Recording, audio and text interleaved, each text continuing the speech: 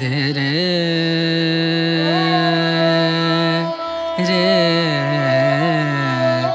না।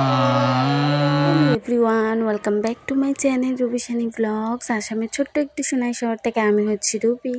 আমার চ্যানেলে তোমাদের সবাইকে অনেক অনেক স্বাগতম জানিয়ে আজকের দিনটা শুরু করছি। তো সকালে ঘুম থেকে ওঠার পরই তোমরা দেখতে পারছো যে এতগুলো ভাত নিয়ে বসেছি। কি করব, আসলে রাতের কতগুলো ঠান্ডা ভাত রয়ে গেছে। তো বেশি ভাত যখন ঠান্ডা থাকে তখন আমি কি করি জানো তো, একটু পেঁয়াজ দিয়ে তেল একটু বেশি করে দিয়ে তখন আমি এটা সকালে ভাজা করে নিই। তার সাথে কিন্তু একটু চা করে নিই, মানে একটু দুধ চা ভালো করে নিই। তখন কিন্তু খেতে বেশ ভালো লাগে। আর সেটা শুধুমাত্র আমি পছন্দ করি তা নয় গো, সেটা কিন্তু আমার বড় পছন্দ করে।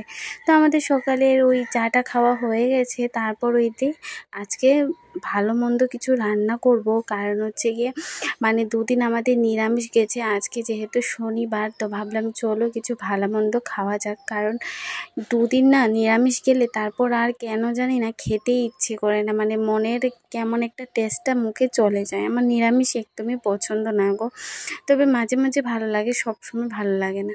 তো যাই হোক, এখানে কারকুল পুর করব বলে আজকে সেদ্ধ দিয়ে দিয়েছি। এখানে আমি 4টা কেটেছি, 4টার মধ্যে 8 টুকরো হবে আর কি। আর আমার বড় না এটা খেতে পছন্দ করে। আর এই যে এটা রান্না করতে করতে হঠাৎ থেকে বরমশাই এই যে এখানে ফেলে দিয়েছে ইলিশ মাছ। তো খুবই ভালো লাগছে আজকে দেখে যে এত দিন পর যাই হোক আজকে আমাদের ঘরে ইলিশ মাছ। তো তোমরা জানোই বন্ধুরা, মধ্যবিত্ত পরিবারে ভালো মন্দ খাওয়াটাও কিন্তু অনেক ভাগ্যের ব্যাপার সত্যি। যারা খায় বা সবসময় তাদের জন্য তো ভালো, কিন্তু আমরা কি বলো তো, ভালো মন্দটা সবসময় খাওয়া হয় না, তবু চেষ্টা করি আর কি। তো যাই হোক, ওইদিকে দেখো কি বলো তো, ওইদিকে তোমার আমি সব মশলা রেডি করে নিয়েছি, শস্য বাটা, তারপর ওই যে কারকুলের ভিতরে যেটা থাকে ওইটা বেটে নিয়েছি, পেঁয়াজ রসুন এগুলো বেটে নিয়েছি, সাথে কাঁচা লঙ্কা। তো এবার মশলাটাকে ভালো করে ভেজে নিয়েছি, সেটা আর তোমাদের সাথে শেয়ার করলাম না।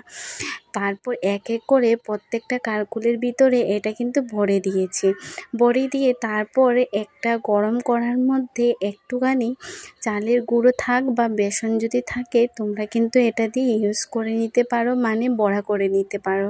তো আমি এরকম চালের গুঁড়োই ছিল, মা দিয়েছিল, সেইগুলো দিয়ে কিন্তু আমি বড়া করে নিয়েছি। তো হ্যালো বন্ধুরা, তোমরা যে যেখান থেকে আমার আজকের এই ব্লগটা দেখছো, তোমাদের আমার ব্লগ দেখতে কেমন লাগে গো অবশ্যই কমেন্ট করে জানিও। ভালো লাগলে প্লিজ একটা করে লাইক করে দিও, আর কমেন্টে জানিও কেমন হয়েছে। ধীরে রে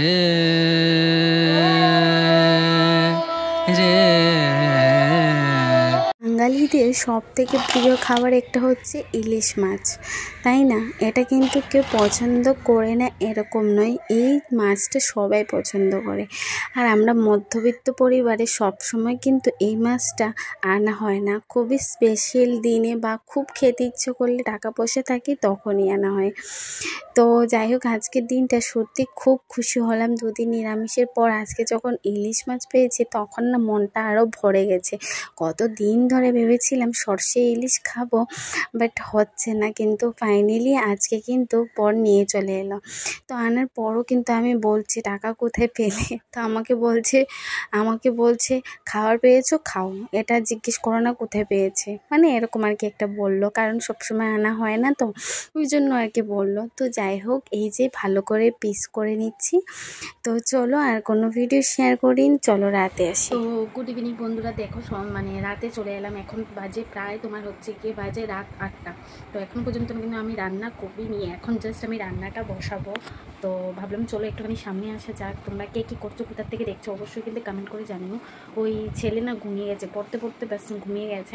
তো যাই হোক, আমার এখনও মাছ ওই যে কেটে সকালে রেখেছিলাম, এখনও পর্যন্ত কিন্তু বানাইনি, শস্য দিয়ে রান্না করবো। তো চলো এখনই রান্না করব। আর হঠাৎ করে ভিডিও এডিট করতে বসে দেখি যে না, ভিডিও তো আমি ভালো করে শ্যুটই করিনি আজকে, আমি কালকে কী ভিডিও দেবো।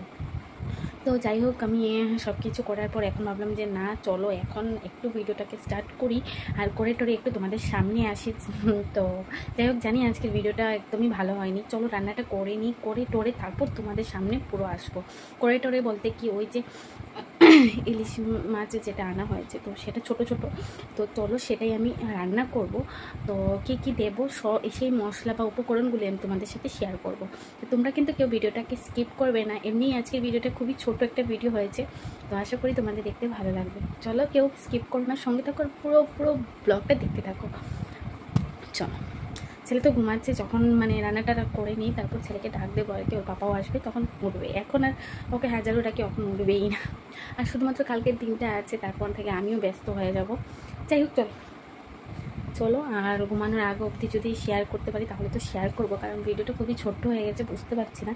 তো যাই হোক, চলো সঙ্গে থাকো আর পুরো ব্লগটা কিন্তু দেখবে, আশা করি ভালো লাগবে তোমাদের। তো চলো এরপরে আমি কী কী অ্যাড করি সেই মশলাটা তোমাদের সাথে শেয়ার করছি। এই যে দেখো, রাত্রে চলে এলাম, আর সারাদিন রান্না করেছি, কি কি করেছি, কাপড় ধোয়া মেলা কিছুই তোমাদের সাথে আজকে শেয়ার করিনি। একদমই রাতে চলে এলাম। ওই যে দেখো, মশলাপাতি সব কিছু দিয়ে দিচ্ছি। ওই কাঁচা মাছ রেখেছিলাম, ওই রাতে কিন্তু রান্না করছি, তো সব কিছু রেখে দিয়েছিলাম। আর কোনো ভিডিও করিনি, কেন জানি না, ভালো লাগছিল না।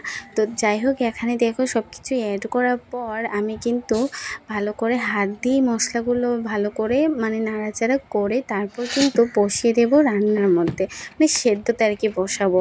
আর এরকম খেতে আমার না শস্য ইলিশ সত্যি বলছি জাস্ট অসাধারণ লাগে।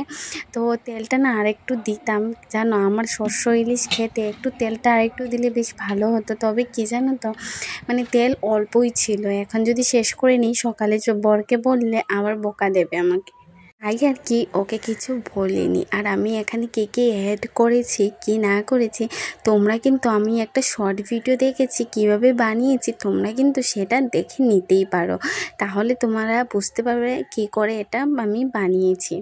শর্ট ভিডিওতে গিয়ে এটা দেখে নিতেই পারো। তো যাই হোক, এদিকে সব কিছু অ্যাড করার পর ভালো করে মিক্স করে নেব। আর হ্যাঁ বন্ধুরা, তোমাদেরকে একটা কথা বলি গো, এই যে আমরা মধ্যবিত্ত মানুষের মধ্যে ভালো মন্দ খাওয়াটা সত্যি, মানে যখন ভালো কিছু হয়, যেমন খাসির মাংস বলো বা মুরগির মাংস, লোকাল মুরগির মাংস, ইলিশ মাছ, তখন এগুলো আমাদের কাছে মানে খুব একটা স্পেশাল বলে মনে হয়। তো সত্যি খুব খুব ভালো লাগছে, মানে অনেক দিন পর আমি কিন্তু বানালাম এটা, সত্যি অনেক অনেক দিন পর বানালাম। তো ভীষণই ভালো লাগছে, আর তার সাথে খুবই আনন্দ লাগছে যে এত সুন্দর করে বানাচ্ছি। খেতে কেমন হবে, যখন মশলাটা মাখছিলাম না, তখন একটা স্মেল বেরিয়েছে, তোমাদের কি বলবো, মানে জাস্ট অসাধারণ, এতই ভালো লেগেছিল। তো যাই হোক, চলো এবার এটা তো অলমোস্ট হয়ে যাচ্ছে। তো বন্ধুরা, তোমাদেরকে একটা কথা বলবো, যে যেখান থেকে আমার ব্লগ দেখো না কেন, তোমরা প্লিজ একটা করে লাইক করো, আর প্লিজ যারা নতুন অবশ্যই আমার সাবস্ক্রাইব করে আমার পরিবারে চলে এসো। ধে রে রে না। অনেকদিন পর যেহেতু ইলিশ মাছ আনা হয়েছে, ওইদিকে বরকে ফোন করে নিচ্ছি, প্রায় রাত্রে 9টা 10 বেজে গেছে। তো ফোন করে বলছি তুমি কোথায়, চলে আসো খেতে। তো বলছে বাবা আজকে কি হয়েছে, কি ব্যাপারে এত তাড়াতাড়ি আমাকে ফোন করে ডাকছো। তো আমি বলছি না, আজকে তো ফেভারিট খাবার বানিয়েছি, তোমার ফেভারিট যেটা আর আমারও কিন্তু এটা। তো বলছে হ্যাঁ হ্যাঁ আসছি, দাঁড়াও একটু অপেক্ষা করো, সকালের জন্য একবারে চালটা নিয়ে আসি। আমি বলছি আচ্ছা ঠিক আছে। তারপর ও চলে এলো, চালটা নিয়ে আসলো, আরও 20 মিনিট পর কিন্তু এসেছে। তারপর যাই হোক, একসাথে বসে আজকে মানে খেয়েছি, কি বলবো, জাস্ট ভাও হয়েছে। আর সত্যি সেন্টটা না কেন জানি না আমার এখনো পর্যন্ত নাকে লাগছে, এত ভালো হয়েছিল। এই যে আবার ফাইনাল লুকটা চলো তোমাদের সাথে শেয়ার করি। এই যে দেখো, জাস্ট তোমরা দেখো কি হয়েছে, মানে জাস্ট অসাধারণ। তো যাই হোক, চলো তোমাদেরকে গুড নাইট বলে আমি আমার আজকের দিনটা এই পর্যন্তই রাখবো, আর বড় করছি না। কালকে থেকে আবারও তোমাদের সাথে কাজকর্মের রুটিন নিয়ে চলে আসবো। সবাই ভালো থাকবে, সুস্থ থাকবে।